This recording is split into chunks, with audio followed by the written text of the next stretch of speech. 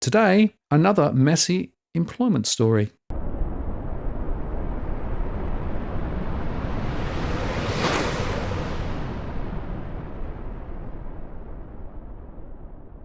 Hello again, it's Martin North from Digital Finance Analytics, one that is post covering finance and property news.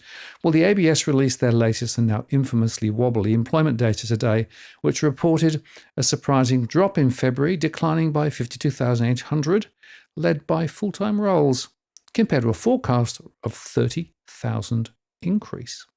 The outcome was the sharpest fall in employment since December 2023. The jobless rate, though, held at 4.1%, reflecting a fall in participation to 66.8% from a revised 67.2%.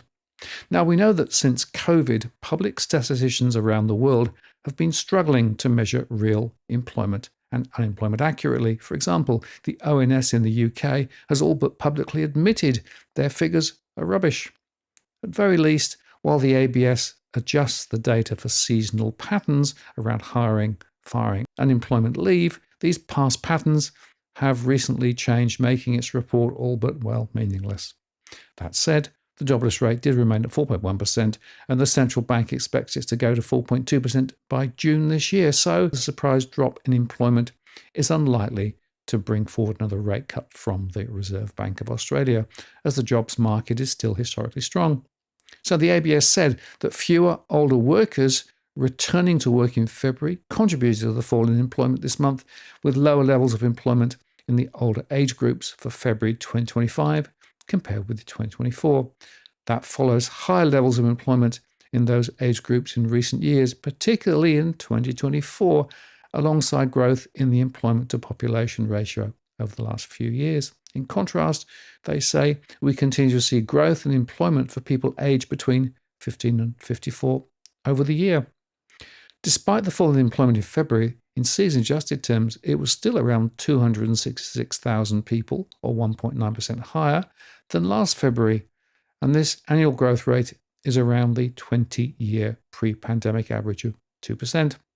While the employment to population ratio fell 0.4 percentage points to 6.1% in February, it was still only 0.4 points below its historical high in December, and around where it's been since June 2024, the ABS said. The fall in both the season-adjusted numbers of employed and unemployed people in February led to the participation rate also falling down 0.4% to 66.8%. Despite the fall this month, the participation rate is still relatively high, having reached a historical high last month, and is 0.1 percentage points higher than this time last year. The ABS said, season-adjusted monthly hours worked fell by 0.4% in February 2025, in line with the percentage fall in employment. In annual terms, the rise in hours worked is higher than growth in people employed, 2.4% and 1.9% respectively. The underemployment rate decreased 0.1 percentage points to 5.9% in February 2025.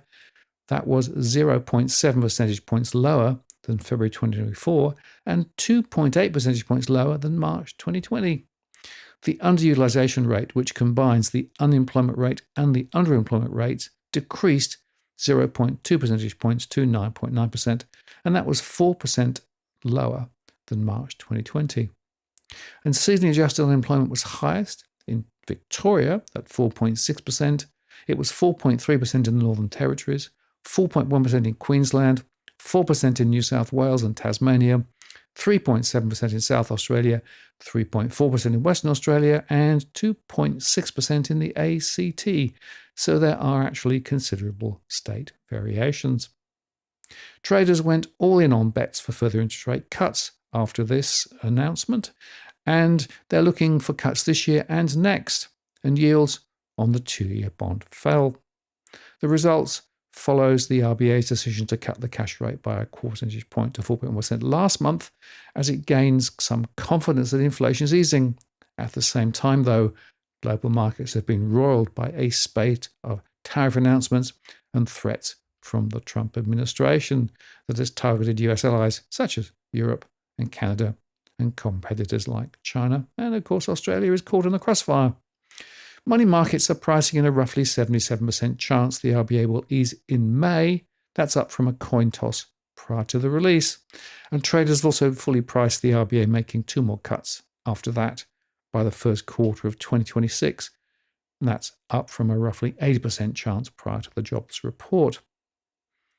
The weakening of the labour market comes at a difficult time for Albanese's Labour government as it prepares for an election due sometime by mid-May.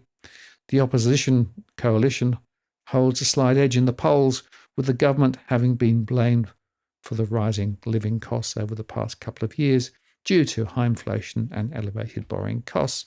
Today's data shows some of the expected softening in the labour market, Treasurer Jim Chalmers said. While there are still challenges in our economy and people are still under pressure, we still have the lowest average unemployment of any government in the last 50 years. The next RBA meeting will take place from March the 31st to April the 1st. Maybe April the 1st is an appropriate day for the next release. But the bottom line here is we can't make much of this at all. And I think markets have overreacted to the data once again. The truth is, of course, that we have more people working multiple jobs. We have more people coming into the country with immigration still being quite high, and that is putting pressure on the jobs market. But the jobs market is still growing. There is very little case here for the RBA to react with emergency rate cuts. And the tariff background suggests that they will be perhaps even more cautious. I'm Martin North from Digital Finance Analytics. Many thanks for watching, and I'll see you again next time.